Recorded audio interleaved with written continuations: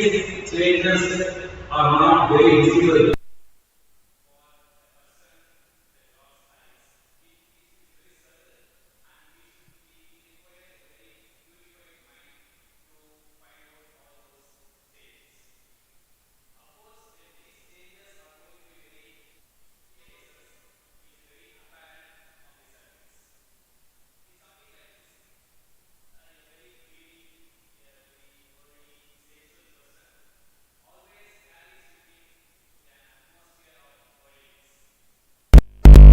Way, a spiritual seeker with some extent of purity always carries a fragrance of holiness, purity, peace around him, isn't it?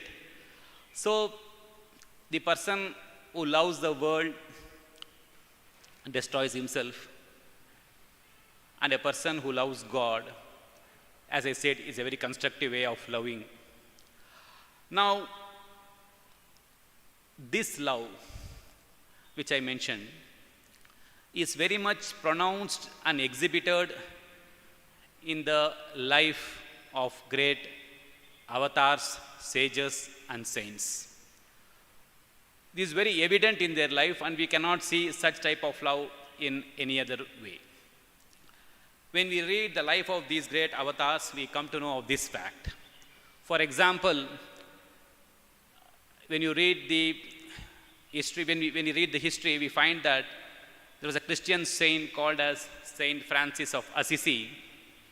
He developed what is called as stigmata on himself, that is the wounds of Jesus Christ on crucifixion, because of his extreme love and contemplation upon Jesus Christ. Also, we find in the life of Chaitanya Mahaprabhu, who had a burning sensation in his body because of his extreme identification with Sri Radha, who herself had this pain when she felt that she is getting separated from her beloved Krishna, even for a single moment. And such cases, such instances, we find very much in the life of Sri Ramakrishna. Because of his intense love and sincerity of devotion, he converted himself into the object of his love. We have got several examples. To quote a few, when he was practicing that dasya bhava, after the first vision of Divine Mother, a desire arose in his mind to have the vision of his family deity, Raghuvira. So he identified himself with Sri Hanuman, who was the servant, eternal servant of the eternal master Rama. Now his identification with Mahavir Hanuman was so complete that his whole personality got changed. He started to live on fruits. He even started to reside on trees, and he started to move, hopping from one place to another. His eyes became very restless, like that of a monkey.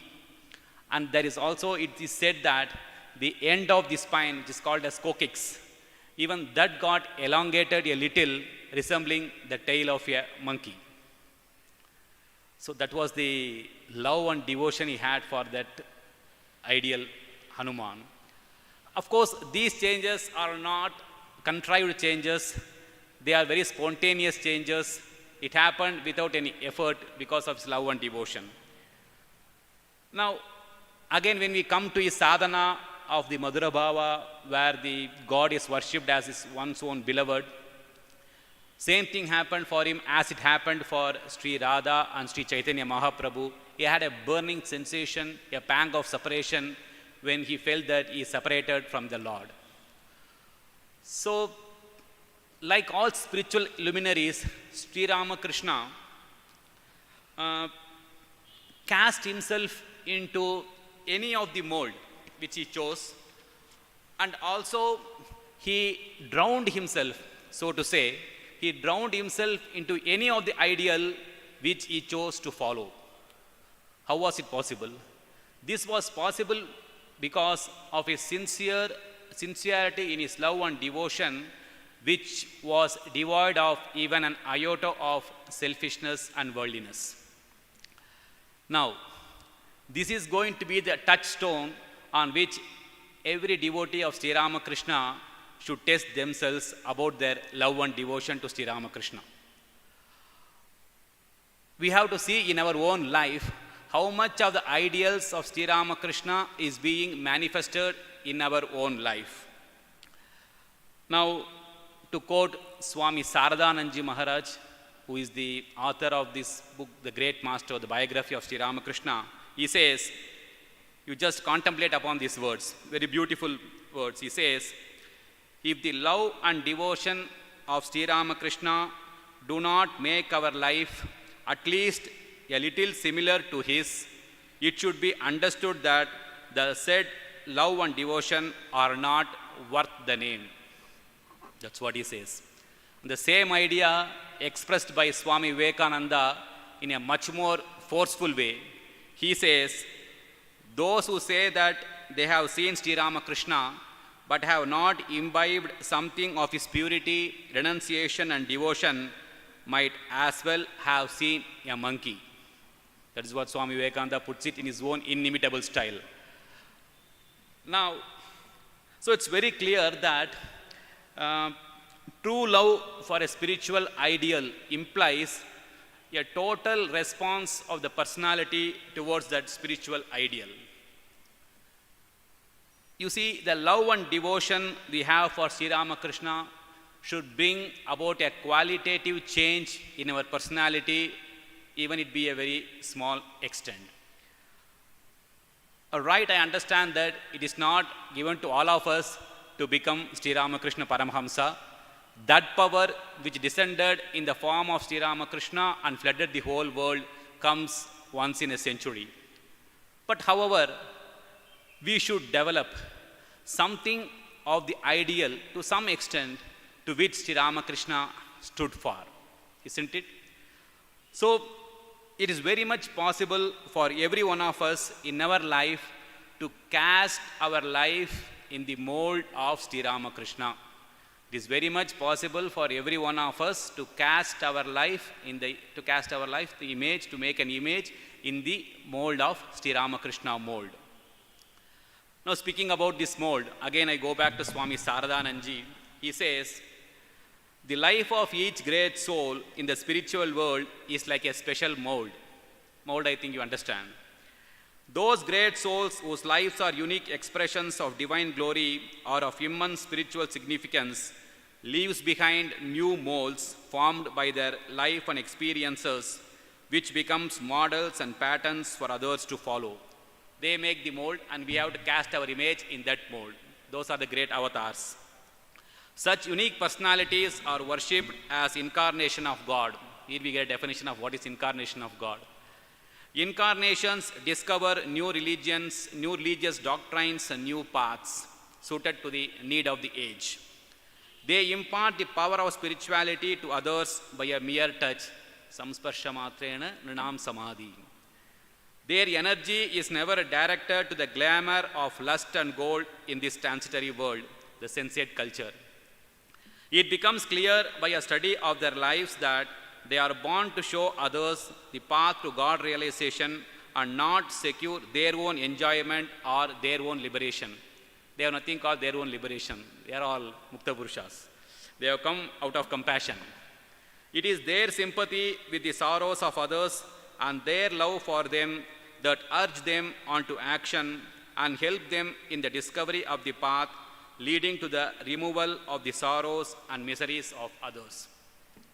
I just quote these things because these are from the book The Great Master, written by an eminent disciple of Sri Ramakrishna, Swami Ishtanathanandaji, an authentic biography of Sri Ramakrishna, and he has seen Sri Ramakrishna in flesh and bones, and he says, whatever I have written is what I have experienced and nothing else.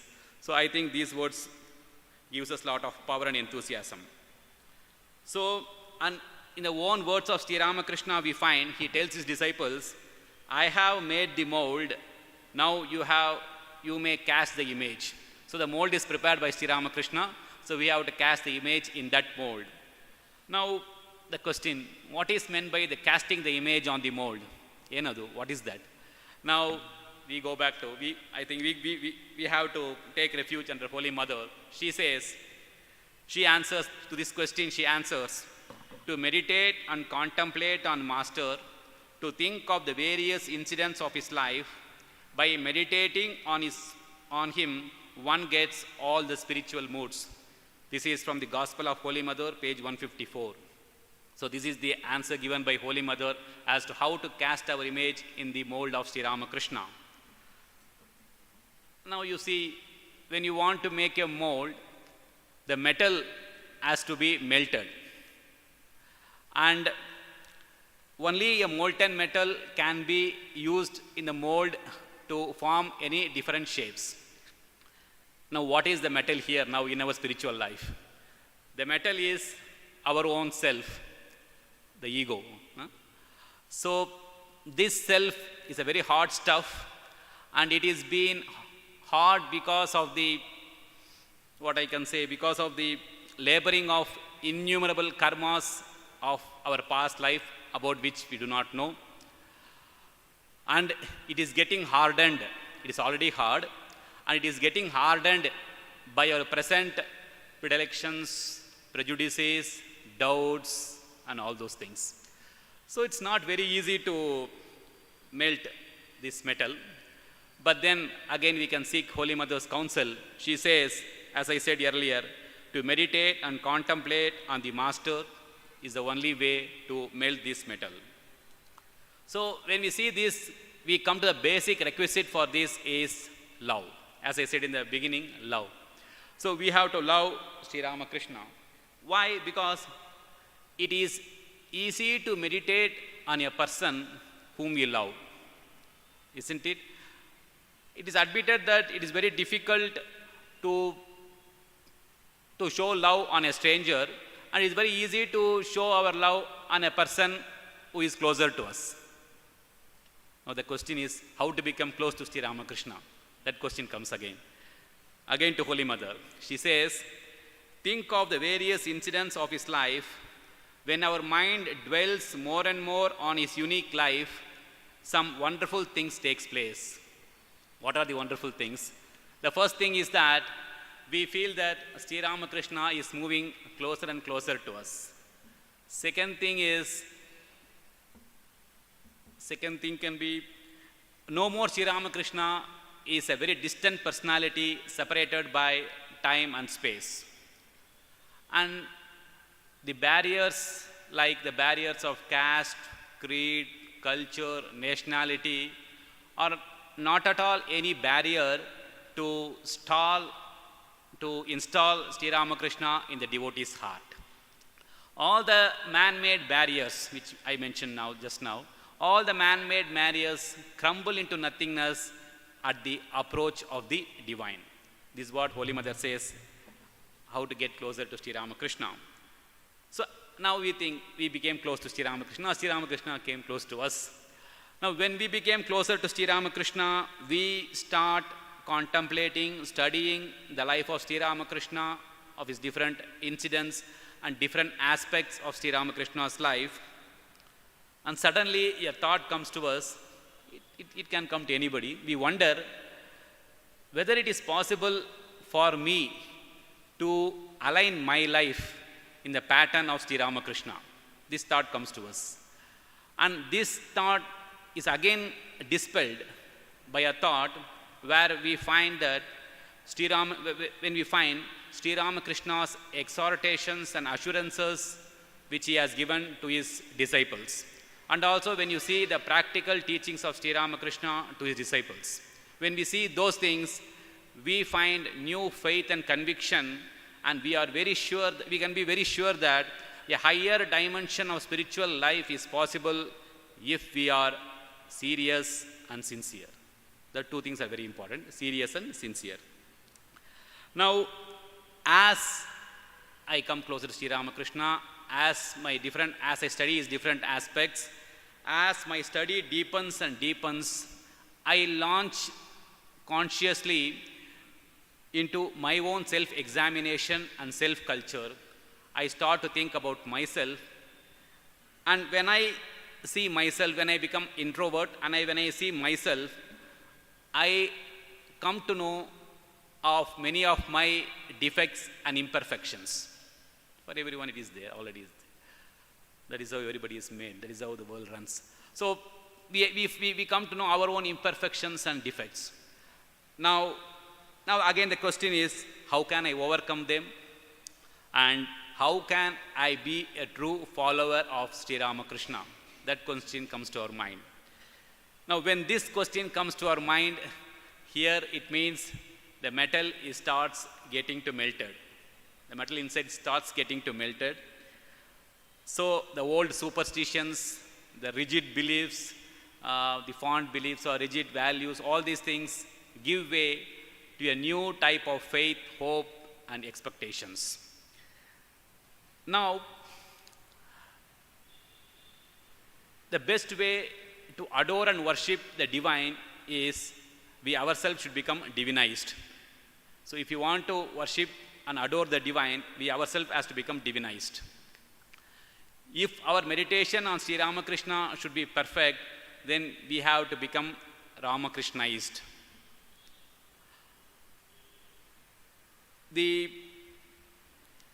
Our love for Sri Ramakrishna is in proportion to the ideals which gets manifested in our life. The ideals for which he stood for, when it starts to get manifested in our life, then we say our love for Sri Ramakrishna has got some meaning. Now, here we come into a catch-22 situation. To cast the image of myself in the Ramakrishna mold, I have to consciously cultivate the virtues and ideals of Sri Ramakrishna, the first point. And to cultivate the ideals and virtues of Sri Ramakrishna, then I have to cast myself in the image of Sri Ramakrishna. Both catch-22 situation. Which comes first? Whether the seed comes first or the tree comes first. Seed is this one or tree. This situation comes sometimes in the life of every spiritual aspirant. For example, take up our own case of work and meditation. Unless we work in a very unselfish manner, we cannot meet success in meditation. And unless we meditate regularly, consistently, how are we going to know that what we do is born out of unselfishness, or it is because of my own ambitions which are inside my subconscious mind? As we know that selfish work defiles our mind and impures our mind. So to come out of this situation, all our spiritual teachers have advised that both of them should go hand in hand. Meditation and work has to go hand in hand. In that way, each reinforces one another. And definitely, in the life of every spiritual aspirant, there comes a time when we evolve ourselves, there comes a time when the two disciplines ceases to be two disciplines and they merge in the divine consciousness. Why I said this? The same thing has to be applied here. So we have to consciously in our life try to cultivate the virtues that Sri Ramakrishna possessed, and at the same time we have to contemplate and meditate on the life and ideals of Sri Ramakrishna. So both of them are complementary, both of them has to be practiced parallelly so that each one improves the quality of the another. Now, as I said, the ideals for which Sri Ramakrishna stood should become our own spiritual ideals. Sri Ramakrishna's immaculately spotless life, his burning spiritual aspirations, his honesty, his devotion for truth, when all these ideals finds an echo in our heart, then it has to find an echo in our heart. All these things has to find an echo in our heart. And when our heart beats in unison, resonance with the rhythm of Sri Ramakrishna, then our love and devotion for Sri Ramakrishna increases in leaps and bounds. Once our love for Sri Ramakrishna increases in leaps and bounds, meditation becomes spontaneous. Then when we contemplate on the life and incidents of Sri Ramakrishna, it will give us great joy and provide us with lot of strength. And that meditation will augment, will increase our efforts to cultivate the virtues that are possessed by Sri Ramakrishna. So meditation helps us to increase the virtues of Sri Ramakrishna, and by trying to consciously cultivate the qualities and virtues of Sri Ramakrishna, we will be able to meditate better.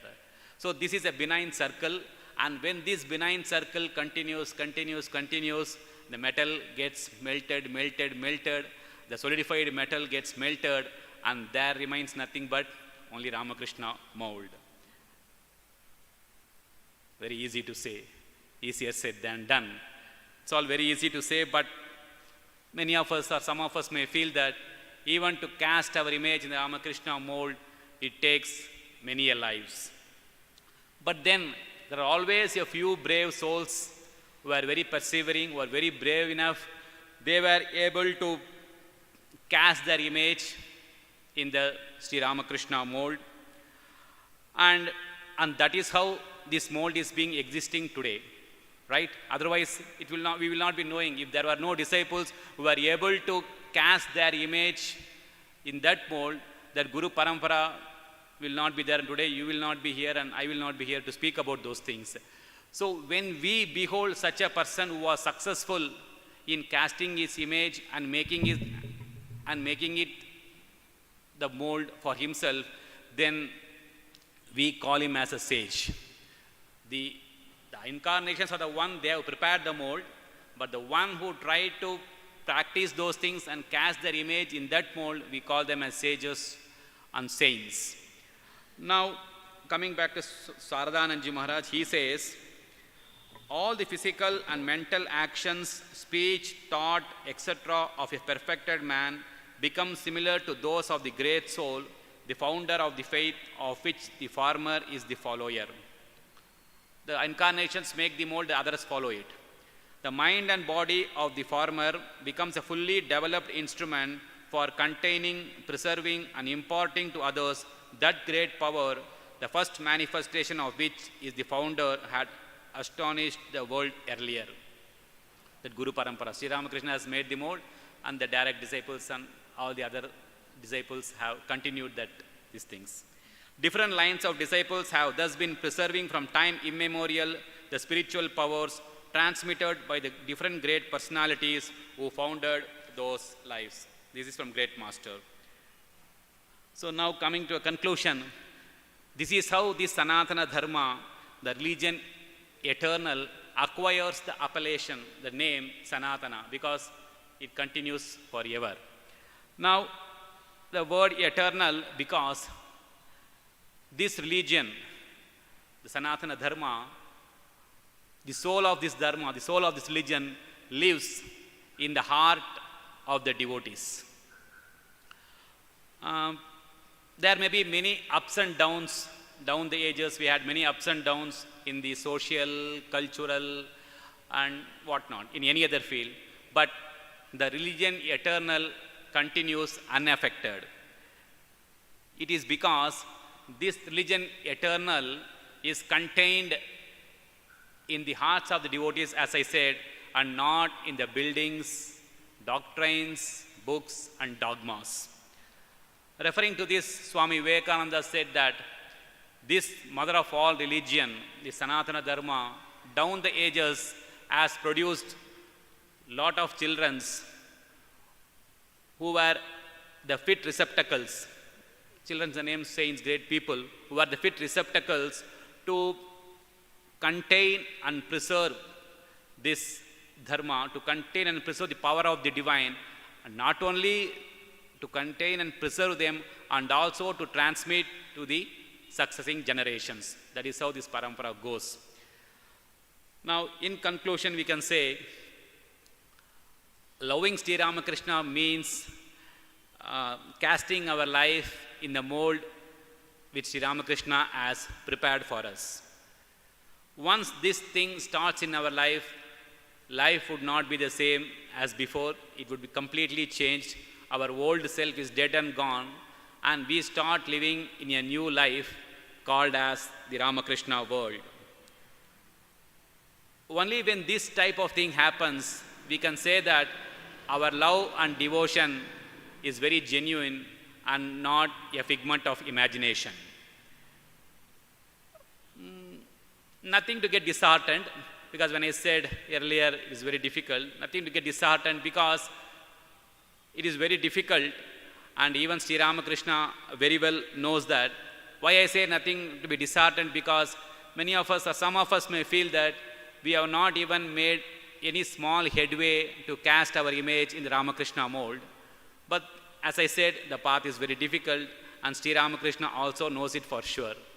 So, in short, when our love for Sri Ramakrishna finds an echo, as it always does, in the love of Sri Ramakrishna for us, when it forms an echo in that, then we get greater and greater light in our spiritual life, which makes us to move forward in our spiritual path, and which makes us to march to freedom and perfection. So this is what I meant when I say, how can you be a true follower of Sri Ramakrishna? I take up the opportunity and praise Sri Ramakrishna to guide us and bless us all in our spiritual path. Om Shanti Shanti Shanti Harihi Om Tat Sat Sri Ramakrishna Arpanamastu.